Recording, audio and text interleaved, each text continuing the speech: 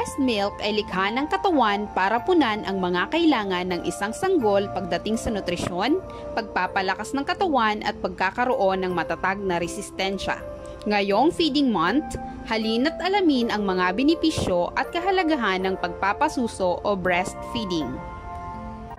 Mahalaga ang pagpapasuso o breastfeeding sa sanggol dahil naglalaman ito ng natural na nutrisyon na tamang-tama para sa pangangailangan ng bata sa kanyang paglaki. Ang gatas ng ina ay naglalaman ng normal na antibodies na nagpapababa ng posibilidad ng pagkakasakit. Dahil sa gatas ng ina, maaaring magkaroon ng resistensya ang bata mula sa mga karamdaman gaya ng hika, allergies, diabetes, obesity, impeksyon sa daluyan ng paghinga at daluyan ng pag-ihi, at mga karamdaman sa daluyan ng pagkain. Ang gatas ng ina ay mas madaling matunaw at mas naaangkop ito sa kakayanan ng tiyan ng sanggol na tumunaw ng kinain kung ikukumpara sa tinitimplang gatas. Dahil dito, mas mababa ang posibilidad ng pagtatae o hirap sa pagdumi ng bata.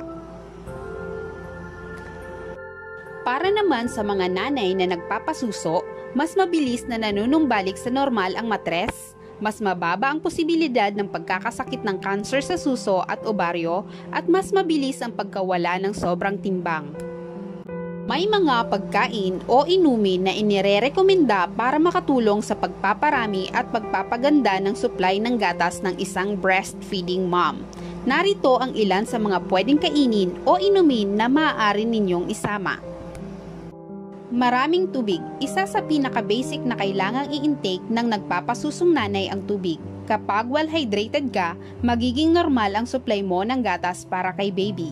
Buong butil, salmon, sardinas, baka, itlog, madadahon at berdeng gulay tulad ng malunggay na bukod sa nakapagpaparami ito ng gatas, marami rin itong benepisyo para sa bagong panganak. Nakapagpapatibay ito ng immune system. Nakatutulong sa pamamaga ng joints para sa nakaranas ng arthritis sa pagbubuntis. Nakapagpapababa ng sugar levels para sa nagkaroon ng gestational diabetes at iba pa. Kaya't mag-breastfeeding na, makakatipid ka na, magiging healthy pa kayo ni baby.